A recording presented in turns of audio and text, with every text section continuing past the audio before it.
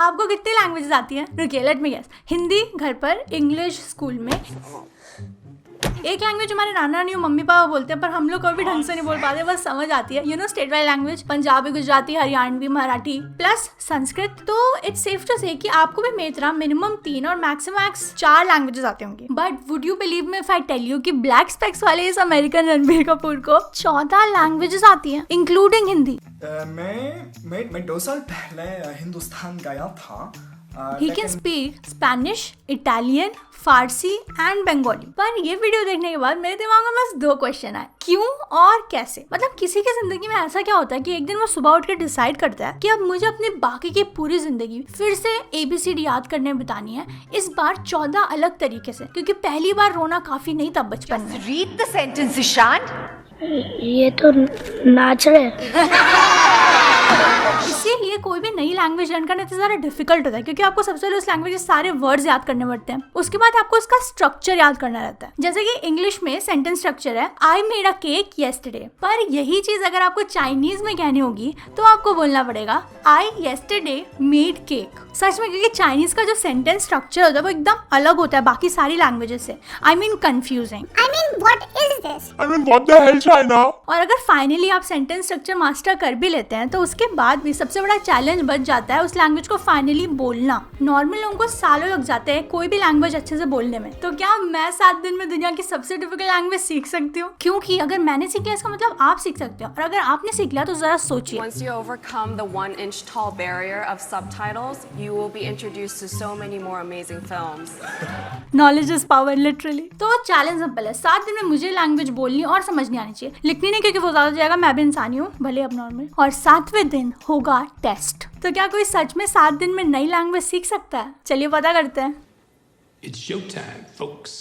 वो रात का टाइम था, पूरे रेगिस्तान में हर जगह अंधेरा था, बस एक गुफा को छोड़ के, जहाँ एक प्रीहिस्टोरिक मैन अपने बेटे को अपने उस दिन के हंटिंग एक्सपीरियंस के बारे में बता रहा था, ड्राइंग बना के। ऑफ कोर्स लैंग्वेज इन्वेंट नहीं हुई थी तब। कट टू 4000 साल और 2 मिनट बाद मेरी मम्मी मुझसे पूछती है LMFAO का मतलब। लैंग्वेज नौसिखिए लोगों को स्किल सिखाती हुई और एम्बैरेसमेंट से बचाती हुई from the beginning of time. Language आपके चेहरे पे खुशी ला सकती है जब ट्रांसलेशन गलत हो जाए। Spectacular. मुझे लगता है इसके बाद और कोई रीजन चाहिए नई लैंग्वेज सीखने के लिए। So let's begin. स्टेप 1, कौन सी लैंग्वेज लर्न करेंगे आप? इसकी पूरी परमिशन मैं आपको देती हूँ, कोई भी लैंग्वेज यूज कर लीजिए बस चाइनीज को छोड़ के, क्योंकि चाइनीज इतने कम टाइम में याद करना बहुत ही डिफिकल्ट है, क्योंकि ये बहुत टोनल लैंग्वेज है। मतलब मैं अभी आपको 4 चाइनीज वर्ड्स सुनाने वाली हूँ और आप बताइए क्या वो सेम वर्ड्स हैं या डिफरेंट। माँ, माँ, माँ, माँ। सुन लिया? ओके। अगर ये 4 वर्ड सुनने के बाद आपका आंसर है ऑफ कोर्स ये चारों के चारों सेम वर्ड है, वो 4 बार माँ बोल रही है, क्या तुम प्लीज अपनी बकवास बंद कर सकती हो? तो आप गलत होंगे, क्योंकि इन चारों माँ का मतलब डिफरेंट है, भले वो सेम सुनाई दे रहा हो। पहले वाले माँ का मतलब होता है नम, दूसरा वाला जो माँ उसने बोला उसका मतलब होता है घोड़ा, माँ, और इस वाले माँ का मतलब चिल्लाना, और लास्टली ये वाला माँ का मतलब रियल में माँ होता है। माँ। मतलब चाइनीज बहुत ही अलग लैंग्वेज है। I mean confusing. What is this? What the hell, China?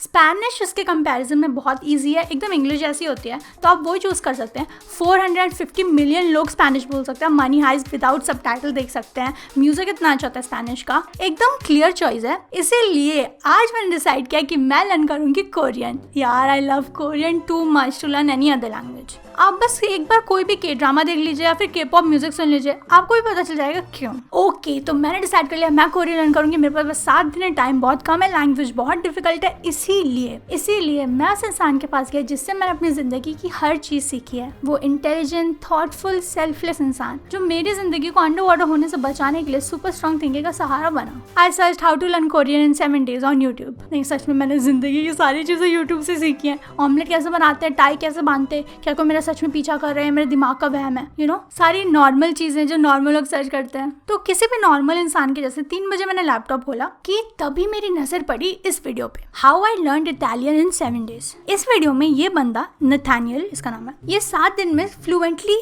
Italian बोलने लगता है 3 स्टेप यूज करके। तो ये मैं कैसे अप्लाई कर सकती हूँ कोरियन लर्न करने के लिए? Let's see. डे 2। तो नथानियल अपने वीडियो में बोलता है कि अगर हमें कोई भी लैंग्वेज याद करनी है तो सबसे पहले हमें उस लैंग्वेज के सारे वर्ड्स याद करने होंगे। नहीं, ऐसा नहीं बोला था उसने बोला कि हर लैंग्वेज में जो वर्ड्स होते हैं, अगर लैंग्वेज बिरयानी है तो बिरयानी में जितने दाने होते हैं ना चावल के, उतने वर्ड्स होते हैं हर लैंग्वेज में, मतलब बहुत ज्यादा। जैसे इंग्लिश में 1,70,000 वर्ड्स हैं टोटल, स्पेनिश में 1,50,000 वर्ड्स हैं। लेकिन अगर हमें कोई भी लैंग्वेज डे टू डे बोलनी है तो ये सारे वर्ड्स हमें आने नहीं चाहिए। बस 800 वर्ड्स अगर हमको पता है तो हम कोई भी लैंग्वेज बोल सकते हैं। 1,70,000 में से 800 आनी चाहिए अगर हमें इंग्लिश बोलनी है, 1,50,000 में से 800 आनी चाहिए अगर हमें स्पेनिश बोलनी है, और 1 मिलियन में से 800 आनी चाहिए अगर हमें कोरियन बोलनी है। शिट यार, मैंने कोरियन चूज करके कोई गलती तो नहीं कर दी?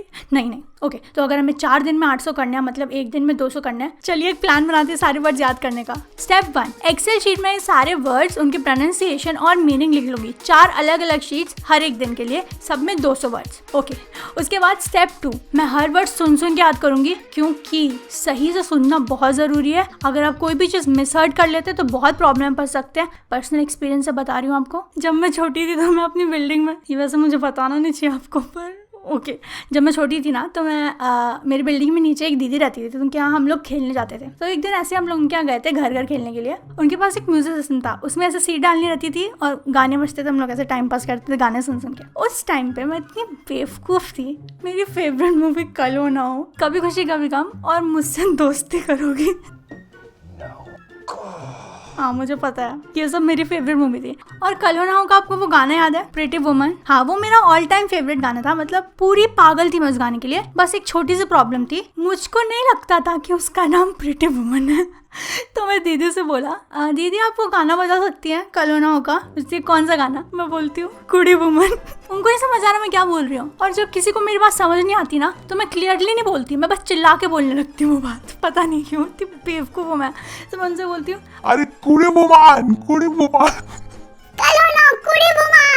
उनकी शक्ल देखने लायक थी। बोलती है प्रिटी वुमन। इतनी ज्यादा डिस्गस्ट से किसी को प्रिटी वर्ड यूज करते हुए आज से पहले मैंने नहीं सुना था। पहली बार मुझे एकदम बेइज्जती जैसा फील हुआ। उसके बाद तो ऐसी ऐसी हरकतें करी है मैंने, क्या बताऊं। बेइज्जती का सिलसिला खत्म होने का नाम नहीं ले रहा है। लेकिन एक बात बहुत सही है, मैं अपनी पिछली वीडियो देख रही थी, मैंने नोटिस किया तब इतने ज्यादा लोगों ने वो वीडियो शेयर की है। मैं अपने आप को पागल समझती हूँ, मुझे नहीं पता था आप लोग मेरे से भी बड़े पागल हैं। मतलब अब मुझे नहीं समझ आ रहा मैं क्या कहूँ। मैं थैंक यू कहना चाहती हूँ, इतने ज़्यादा लोगों ने मेरी वीडियो शेयर की। और जब मेरा चैनल भी पॉपुलर हो जाएगा तो मुझे याद रहेगा कि आप लोग ने स्टार्टिंग से मेरा इतना सपोर्ट किया था मुझे। ओके, तो वर्ड्स तो मैंने लर्न कर लिया उसके बाद, पर अभी भी मुझे ये नहीं पता था कि सेंटेंस कैसे बनानी है।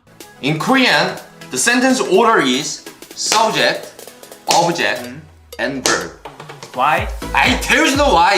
मैं जाती हूँ how to study korean.com पे। यहाँ पर मुझको पता चलता है सारा सिंटेक्स और एक आउटलाइन जिसके अंदर मैं वर्ड्स फिल कर सकती हूँ और डे टू डे लैंग्वेज में बोल सकती हूँ। तो मैंने डिसाइड किया जो भी सेंटेंसेस मैं रोज बोलती हूँ कॉमनली, उसको मैं ट्रांसलेट करने की कोशिश करूंगी कोरियन में। जैसे कि मम्मी खाना बन गया क्या? अरे सॉरी, मेरा वो मतलब नहीं था यार। इस वीडियो को एडिट करने में बहुत ज़्यादा टाइम लग रहा है। आई होप ये वीडियो सबको पसंद आए यार। पर सच बताऊँ तो मैं ढंग से ट्रांसलेट कर नहीं पा रही थी, मुझे आ नहीं रहा था कैसे करना है। बार बार मुझे गूगल ट्रांसलेट पे जाना पड़ रहा था। बेसिकली गूगल ट्रांसलेट का ही मैं जाके देख रही थी बार बार, खुद से मैंने कुछ नहीं किया था क्योंकि मेरे से ट्रांसलेट हो ही नहीं रहा था। फिर मुझे याद है कि इस वीडियो के रिसर्च के टाइम मैंने यूट्यूब पे ये वाली वीडियोस बहुत देखी थी इस टाइप की, जिनमें लिखा रहता था लर्न लैंग्वेज यूजिंग मूवीज। तो मैंने सोचा कि अगर मैं कोई कोरियन मूवी देखूं सबटाइटल्स के साथ और फिर ट्राई करूं ट्रांसलेट करने का, तो हो सकता है शायद इजी हो। तो मैंने लगा ली अपनी फेवरेट मूवी प्राइम पे पैरासाइट और मैंने इसको देखना शुरू किया। तो बीच बीच में जो मेरे फेवरेट सीन आ रहे थे मैं स्टॉप कर दे रही थी और बार बार मैं रिपीट करके उनको देख रही थी कि वो कैसे बोल रहे हैं और नीचे सबटाइटल में क्या आ रहा है, क्या जो वो सेंटेंस बोल रहे हैं उसका एक एक वर्ड मैं डिफरेंशिएट कर पा रही हूँ या नहीं। तो 5-6 बार मैंने ये किया, उससे ज्यादा मैं कर नहीं सकती थी क्योंकि टाइम अप हो चुका था और अब टाइम था टेस्ट का। इस टेस्ट के पहले क्वेश्चन में इंग्लिश वर्ड्स दिए थे और ऑप्शंस में से मुझे बताना था उनका कोरियन वर्ड क्या होगा। उसके बाद सेंटेंसेस को मुझे कन्वर्ट करना था इंग्लिश से कोरियन में, चूज करके मल्टीपल चॉइस, फिर नंबर्स और फिर कोरियन सेंटेंस दी थी जिसको मुझे इंग्लिश में करना था। फर्स्ट पार्ट में तो ज्यादा प्रॉब्लम हुई नहीं, पर सेंटेंस बनाने में बहुत दिक्कत हुई और जिस तरीके के रिजल्ट आए मैं कह सकती हूँ 7 दिन में किसी लैंग्वेज को लर्न कर लेना पूरी तरीके से आई डोंट थिंक पॉसिबल है। यही स्टेप्स अगर मैंने 1 महीने या 2-3 महीने लगा के किए होते तो आई थिंक थोड़ी इंप्रूवमेंट रहती। तो आप कह सकते हैं कि मेथड सही है पर टाइम ज्यादा देना चाहिए। और ये बात वो लड़की कह रही है जिसको कुडी और प्रीटी के बीच में डिफरेंस भी नहीं पता। नहीं, पर मुझे एक बात पता है कि लैंग्वेज ह्यूमंस के बनाए गए सारे टूल्स में से सबसे ज्यादा पावरफुल है। I have to do do this because this is not I'm speaking. This is the people who wants to tell the world. It is wrong that the middle class for 40 years has been in decline. It is not time to pity them. It is time to take action. जिसे अच्छाई के लिए use किया जा सकता है, क्योंकि जब उस प्रीहिस्टोरिक मैन ने अपने बच्चे को हंटिंग करना सिखाया था, या फिर मैंने अपनी मम्मी को लम्हाओं को मतलब बताया था, या फिर आपकी मम्मी ने कभी आपको अच्छी बात और गलत बात का डिफरेंस बताया हो, उन सब का रीज़न नफरत नहीं होता। इसीलिए मैं अपनी वीडियोस पे इतने प्यार से बनाती हूँ, इससे इतना ज़्यादा टाइम लग जाता है। मुझे पता है सब लोग बोलते हैं आपकी वीडियो कहाँ है, आपकी वीडियो कहाँ है, पर एडिटिंग में सारी चीज़ों में बहुत टाइम लगता है, मेहनत लगती है। पर जब मैं आपके कमेंट्स पढ़ती हूँ तो मुझे बहुत अच्छा भी लगता है, ये बात भी है। तो ये थी वीडियो लैंग्वेज पे जो आपने देख ली, और अगर आपको देखनी है मेरी कोई और भी वीडियो तो क्लिक करिए इधर।